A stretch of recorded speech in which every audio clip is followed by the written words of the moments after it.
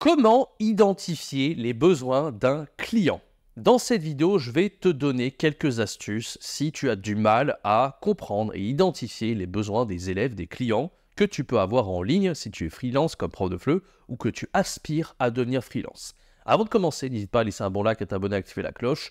Comme tu le sais, chaque semaine sur cette chaîne, j'aide les gens à se lancer comme professeur de français langue étrangère en partant de zéro, vivre de leur passion, devenir digital nomade et vraiment être heureux dans ce domaine. Et n'hésite pas à profiter de la promo de la semaine également, moins 70%. Sur tout le catalogue de formation, il y a plus de 20 formations pour trouver des élèves, pour se former de A à Z comme prof de FLE, se démarquer de la concurrence et gagner en compétences. N'hésite pas, c'est valable jusqu'au 28 mars prochain à 23h59 et c'est le premier lien dans la description. Alors, répondons à la question de cette vidéo, si tu as cliqué dessus, c'est pas vraiment que tu es intéressé par rapport à ça. En fait, ce qu'il faut faire déjà, bon, bien sûr, c'est du b.a.-ba, mais moi, quand j'avais des élèves à la base, c'était en ligne, souvent, sur les plateformes comme italki, en fait, j'envoyais un message à mon client, à mon potentiel client. Au début, c'est un prospect, c'est pas forcément un client, c'est quelqu'un qui a visité ton profil, ton site internet, peu importe, ok. Ce qui est l'avantage, en fait, c'est quand tu as des plateformes, c'est que tu le sais qui visite ton profil, donc tu as un avantage quand même sur les plateformes, et ce que tu fais tout simplement, c'est que tu envoies un message type. Alors, message type, c'était... ok, j'ai vu que vous aviez tel niveau en français, à peu près vous êtes A2 par exemple. Qu'est-ce qui vous pose le plus problème en français? Et là, tu auras toujours des réponses intéressantes. Bon, ça varie en général. Il y a des gens qui te disent j'ai beaucoup de mal à comprendre le français. Il y a d'autres qui diront pour parler, moi, c'est un calvaire. Enfin, peu importe, tu vois. Mais tu auras des réponses. Donc ça, c'est le premier point.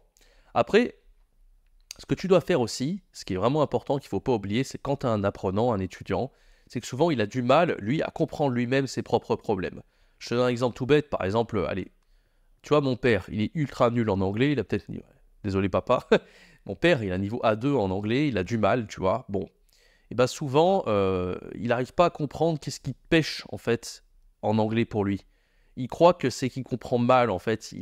En fait, il y en a qui confondent tous les niveaux de compétences. Il y en a que, parce qu'ils comprennent mal l'anglais, ils ne savent pas parler. Bah non, c'est deux niveaux de compétences différents.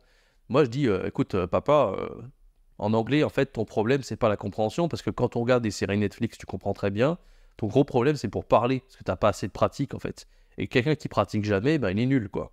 C'est comme en sport, hein. Si tu vas sur le terrain, t'as jamais tapé dans un ballon de ta vie, tu vas faire un tir, ça va être dégueulasse, quoi. Bon, bah c'est pareil dans une langue. Et ben c'est ça, tu dois le faire comprendre à tes apprenants. Faut pas croire que les apprenants sont tous hyper... ils ont tous ce recul-là, en fait, de comprendre leurs problèmes. Ça va être à toi, en fait, d'identifier ça. Alors, comme je t'ai dit, soit tu poses des questions directement, soit tu pars de problèmes généraux que tout le monde a. Par exemple, moi, j'avais fait une vidéo, il y a longtemps, sur les plateformes, et que je m'en suis servi après sur les sites internet.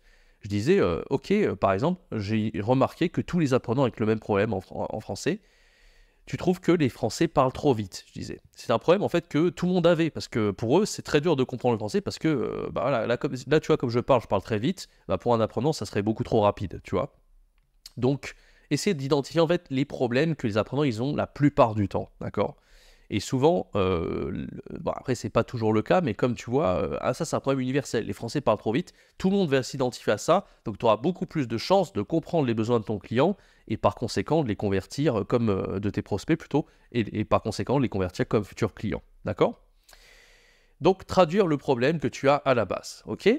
Après, quelque chose d'hyper important, en fait, si tu veux aider tes futurs clients, c'est que, en fait, tu dois vraiment comprendre que quand tu es prof en ligne et que tu as des freelances, t'es freelance et que tu as des futurs clients, que tu n'es pas simplement un prof de FLE. Mais ça, vraiment, je le répéterai vraiment jamais assez. Tu n'es pas simplement un prof de FLE, tu es aussi un prof de développement personnel. Alors, ça peut paraître être bête. Tu vas pas donner des conseils bateaux à tes apprenants, tu vas pas leur dire, vas-y, maintenant... j'en sais rien, moi, révise sous la douche ou je sais pas quelle connerie en fait. Mais il y a quelque chose qui est fondamental.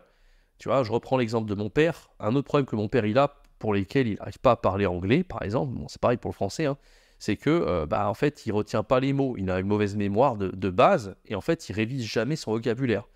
Des fois, il retient un mot, je lui donne le mot pendant qu'on regarde la série Netflix, au final, il va l'oublier 5 minutes après, il va me redemander 10 fois, c'est quoi ce mot, j'ai oublié. Bon, les apprenants, c'est pareil. Les apprenants qui ont une mauvaise mémoire, tu auras beau leur répéter 10 000 fois le mot, ça ne va pas rentrer dans leur tête, tu vois.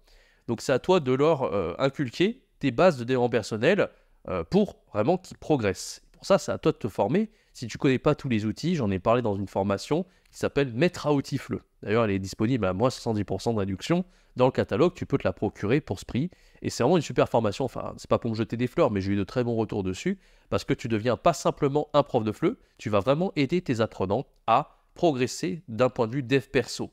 Et c'est ça qui a de la valeur en ligne. C'est que tu puisses en fait garantir des progrès long terme à tes apprenants. De leur dire, ok, bah là tu es à 2, si tu continues avec moi sur 3, 4, 5 mois, tu atteindras un niveau B2. Ça a de la valeur. C'est ça qui se valorise et c'est comme ça que tu vas monter tes tarifs petit à petit. Ok ? Donc, par exemple, je reprends l'idée du vocabulaire. Comment dire à l'apprenant, ok, tu as des problèmes de vocabulaire, comment faire ? Eh bien, tu vas tout simplement réviser avec Enki et Mosalingua. Voilà, j'ai fait plusieurs vidéos sur le sujet sur la chaîne. Je vais te mettre les liens en bas de l'écran si ça t'intéresse. Et la formation Maître à outils FLE pour ça. Voilà, donc, en tout cas, j'espère que tu auras compris. Je te fais un petit bilan d'abord de ce que j'ai dit. Très important d'abord de poser des questions à l'apprenant, voir un petit peu tâter le terrain.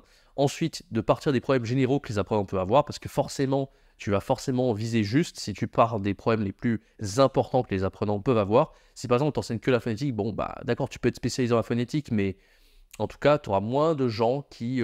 ça sera moins un problème vital pour les apprenants. Alors que si tu fais une vidéo de présentation où dedans tu dis « Waouh, tu penses que les Français parlent trop vite », tout le monde va s'identifier et tu auras beaucoup plus de chances de viser juste. Ok ? Traduire le problème, ça j'en ai déjà parlé. Et prof de dev perso, c'est le dernier conseil que je t'ai donné. Voilà, j'espère que ça t'aura plu. N'hésite pas à laisser un bon like, à t'abonner, à activer la cloche. Profite de la promo, des moins 110% sur tout le catalogue jusqu'au 28 mars.